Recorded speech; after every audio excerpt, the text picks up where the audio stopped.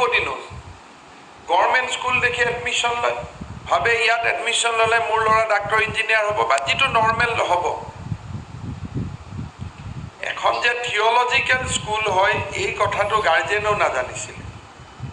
At least আমি যিবিলাক research পেপাৰৰ ওপৰত ফলো কৰিছো সেইটো কথা দ্বিতীয়তে আপোনালোকে বহুত ক্ষেত্ৰত দেখা পাব বহুত ইসলামিক স্কলাৰে গভৰ্ণমেণ্টে মাদ্ৰাসা চলোৱাৰ বিৰোধী সেইকাৰণে মই ভাবো যে ইয়াত বিতৰ্কৰ কোনো কথা নাই আপোনালোকে এটা কথা জানিব যে ইকুইভ্যালেন্স ডিগ্ৰী নামত মাদ্ৰাসাত লৰা পাস কৰিলে মেট্ৰিক বুলি ডিক্লেয়াৰ হৈ যায় তোলতো লৰা পাস কৰিলে মেট্ৰিক বুলি ডিক্লেয়াৰ হৈ যায় আজি যি ষ্টুডেন্ট আছে এই ষ্টুডেন্ট সকল অকল ইকুইভ্যালেন্সৰ কাৰণে পঢ়ি আছে তা নৰ্মেল মেট্ৰিকুলেট পাস কৰা লৰাটাৰ কাৰণে অন্যায় কৰা হয় যে মই অংক গণিত বিজ্ঞান পঢ়ি মেট্ৰিকুলেট হলো আৰু কোনোবাই ইকুইভ্যালেন্স ডিগ্ৰী পাই গল কাৰণ আমি অকল মাদ্ৰাসা চলোৱাই নহয় মাদ্ৰাসা শিক্ষা সাধাৰণ শিক্ষাৰ আমি মৰ্যাদা দি ৰাখিছিলো which is not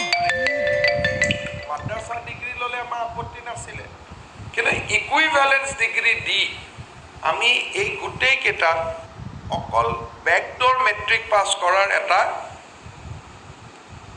center ami banai loisi apnaloke dekhibo je tate khali backdoor metric pass korare eta rasta choli ase bahut khetot kan কোনোবাই মাদ্ৰাসা এডুকেশ্যন পালে সেবাত পৰীক্ষা নিদিয়াকৈ মেট্ৰিক কেনেকৈ হ'ব পাৰে কিন্তু কংগ্ৰেছ গভৰ্ণমেণ্টৰ দিনত সাৰ্কুলাৰ উলাই থৈ দিছিলে যে মাদ্ৰাসা পাস কৰিলেও তেওঁ মেট্ৰিক পাস কৰা বুলি গণ্য কৰা হ'ব এইবিলাক আজিৰ সাৰ্কুলাৰ নহয় কোনোবা 80জৰ সাৰ্কুলাৰ কোনোবা 90জৰ সাৰ্কুলাৰ আৰু এইটো কাৰণে আমাৰ শিক্ষা ব্যৱস্থাটোতে বহুত ডাঙৰ সমস্যা আহি আছে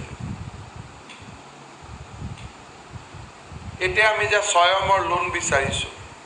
আমি কৈছো মেট্ৰিকুলেশ্যন লাগে সবে মাদ্ৰাসা সাৰ্টিফিকেট লৈ আহিছে বলে এটো ইকুইভ্যালেন্স টু মেট্ৰিক এখন দুখন মাদ্ৰাসাক হায়াৰ সেকেন্ডাৰী সাৰ্টিফিকেট দিব পৰা পাৱাৰ দি থৈ দিছে সেইকাৰণে মই যেটা নৱেম্বৰত কথাখিনি কম আপোনালোকে গোটেইখিনি বুজি পাব আৰু it is nothing against any religion of আমি private madrasa to ban kora nai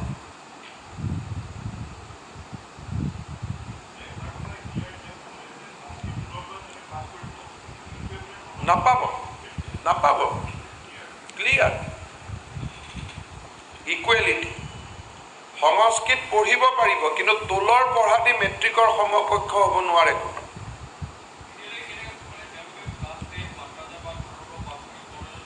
admission পাই যায় তোল বা মাদ্ৰাসাত আপুনি যদি পঢ়ে আপুনি কটনত এডমিশন ল'ব পাৰে এটা গভৰ্ণমেণ্ট ইকুইভ্যালেন্স অৰ্ডাৰ দি থৈ দিছে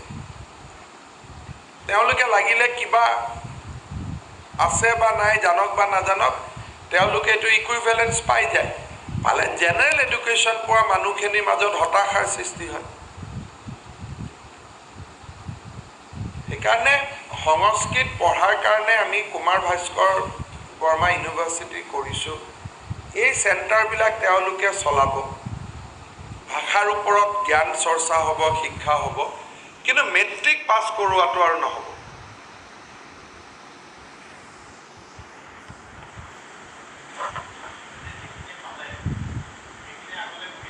তেওঁলোকক আপুনি কি কৰিব তেওঁলোকক হেতুটো কোৰ্টত গলে অৰ্ডাৰখন মই যদি আজি ভাঙিও দিও তেওঁলোকে কোৰ্টত গলে মোৰ অৰ্ডাৰখন একেদিনাই কোৱাজ হৈ যাব মই হে হাঁহিয়াতৰ পাত্ৰ হম যে এবাৰ দি পেলাই কেনেকে উঠো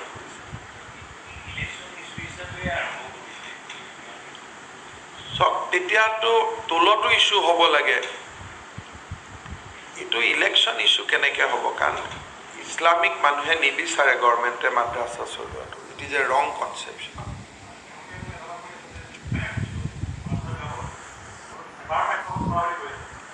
সেবাৰ পাঠ্যক্ৰম চলে লগত থিওলজিক্যাল চলে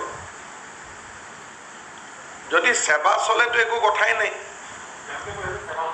সেৱা নচলে, তাত কোৰানো চলে। আপোনালোকে ভাল কৰি সুধি ল'ব। তাত আমি এপইণ্টমেণ্টে দিওঁ ফৰ থিঅলজিকেল, তেওঁলোকে শব্দটো থিঅলজিকেল ছাবজেক্ট বুলি কয়।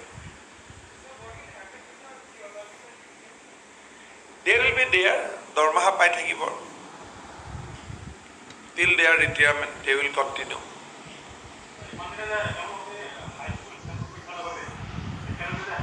সেইটো এটা বেলেগ বস্তু।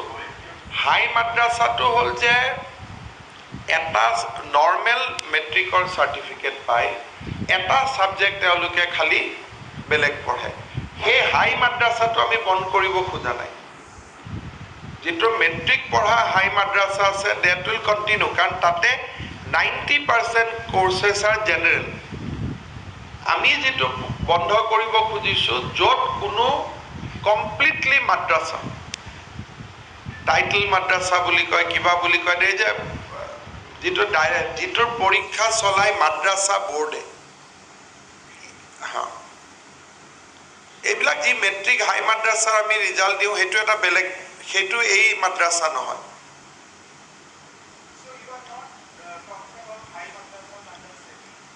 Because those are namesake, they are high madrasas. They are not actually madrasa in that context. I am talking about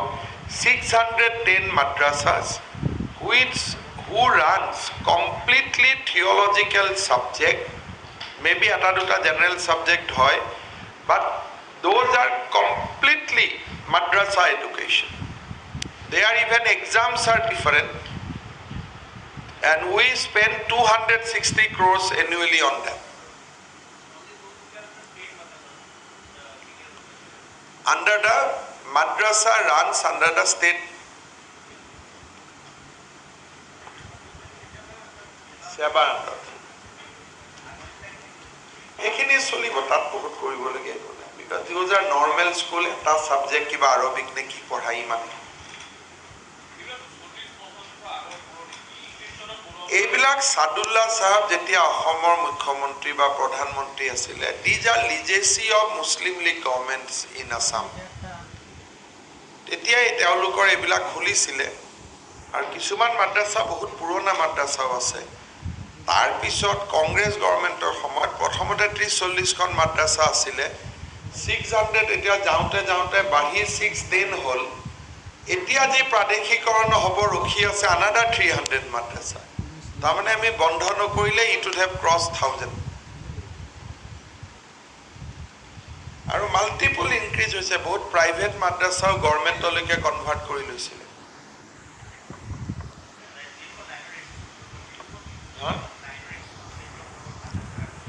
পঢ়ি চেছ কৰিব। নতুন এডমিশ্যনবিলাক জেনেৰেল হ'ব, পুৰণাখিনি শিক্ষকখিনিতো আছেই। মই বিশ্বাস কৰোঁ 100% ষ্টুডেণ্ট কনভাৰ্ট হৈ ল'ব নৰ্মেল এডুকেশ্যনত, বিকজ তেওঁলোকে নিজেও নাজানিছিলে। গতিকে তেওঁলোকৰ অপশ্যন থাকিব যে তোমালোকে নৰ্মেলত আহিলে আহিয়া, নাহিও যদি কয় যে নহয় আমি সোমালোঁ যেতিয়া, আমি ওলাই যোৱাৰ সুবিধাটো কৰি দিম, ফাইনেল ইয়াৰলৈকে পঢ়িব। কিন্তু নতুন এডমিশ্যনবিলাক জেনেৰেল হ'ব, স্কুলখনৰ নাম জেনেৰেল হৈ যাব, চব বদলি যাব। Everything will become a normal. তেওঁলোকক আমি লিজেচি হিচাপত ইট উইল কণ্টিনিউ।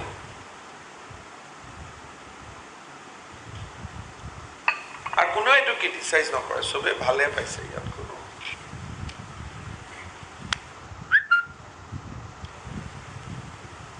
প্ৰায় থাকিব, আপুনি মই হিচাপটো দি দিম, বাট টিচাৰ্ছটোতো ভালেই হ'ব, মানে it will be in thousands. নৱেম্বৰ মাহত ভাল কৰি আমি গোটেইখিনি নটিফিকেশ্যন গোটেইখিনি যেতিয়া আপোনালোকক দি দিম, তেতিয়া আপোনালোকে বুজি পাব। ঠিক আছে?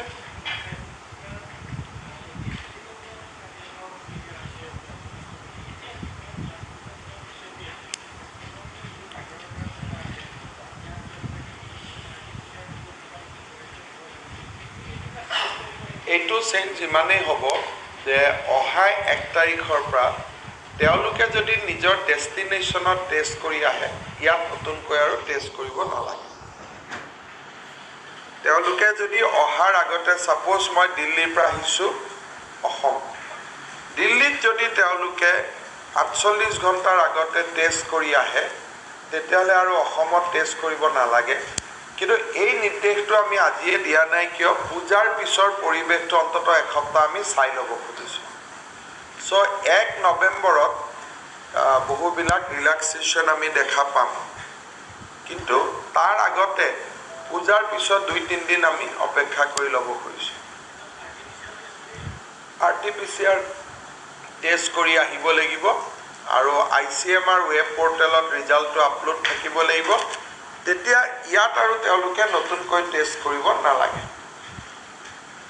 কিন্তু that order will be issued only with effect from 1st November গতিকে এয়াৰপৰ্টতো মোটামুটি বহুতখিনি কমি যাব মেডিকেল কলেজৰ ক্লাছ চলি আছে নহয় ফেচ টু ফেচ চলি আছে এডমিশ্যনো ল'ব ক্লাছ আৰম্ভ হ'ব কাৰণ হোষ্টেলত নাথাকিব এবাৰ ডিফুটো এডমিশ্যন হ'ব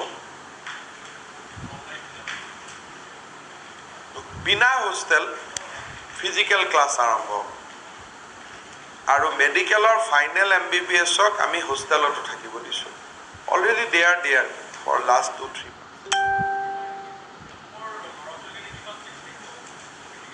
85% মই চাই দিম বাট এইবাৰ আমাৰ বেচিকেলি 85টা সিট যোৱাবাৰতকৈ বাঢ়িব ফৰ ফ্ৰম ডিফু যোৱাবাৰ যিমান সিট আছিলে তাৰ লগত 85 যোগ হ'ব আৰু এটা মই আপোনালোকক অনুৰোধ কৰি থৈছোঁ আপোনালোকৰ থ্ৰুদি আমাৰ বহুত ল'ৰা ছোৱালীয়ে EWS চাৰ্টিফিকেট নলিয়ে এই যে সাধাৰণ জাতিয়ে EWS চাৰ্টিফিকেটখন উলিয়াব লাগে এই কথাটো আমি নাজানো সেইকাৰণে আমাৰ বহুত ল'ৰা ছোৱালীয়ে পিছত গম পোৱাৰ পিছত কোৰ্ট কাছাৰীত যোৱা হুলস্থুল কৰি দিয়ে সেইকাৰণে এইবাৰ যেতিয়া ফৰ্ম ফিল আপ হ'ব মই সকলোকে অনুৰোধ কৰিম যাতে EWSৰ চাৰ্টিফিকেটখন লগত ৰাখে কাৰণ বহুতবিলাক ষ্টুডেণ্ট সিট এইবাৰ EWSৰ কাৰণে ৰিজাৰ্ভেশ্যন হ'ব number of seats will be very high মই অলপ উদ্দেশ্য প্ৰণোদিতভাৱে কৈছোঁ যে আমাৰ ল'ৰা ছোৱালীয়ে EWS চাৰ্টিফিকেট নোলোৱাৰ কাৰণে এই সুবিধাবিলাক আন কিছুমান মানুহে লৈ আছে আৰু যোনে জানিব লাগে জানে যে আমি EWS উলিয়াব লাগে কিন্তু আমাৰ মানুহবিলাকে নাজানে কাৰণে EWSৰ সুবিধা লোৱা নাই বহুত দিল্লী বা বম্বেৰ কলেজতো আমাৰ ল'ৰা ছোৱালী এডমিশ্যনৰ পৰা বঞ্চিত হৈছে EWS চাৰ্টিফিকেট নোলোৱাৰ কাৰণে সেইকাৰণে ইকনমিকেলি উইকাৰ ছেকশ্যনৰ চাৰ্টিফিকেট আমি সকলোৱে এপ্লাই কৰি হাতত ল'ব লাগে মেডিকেল ইঞ্জিনিয়াৰিং এডমিশ্যনৰ সময়তো তাক ব্যৱহাৰ কৰিব লাগে হ'ব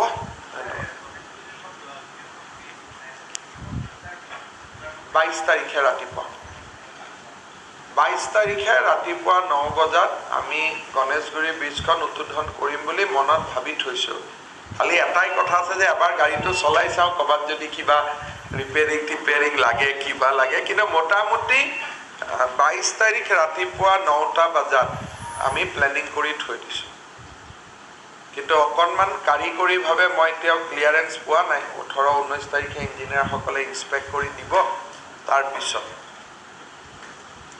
ধন্যবাদ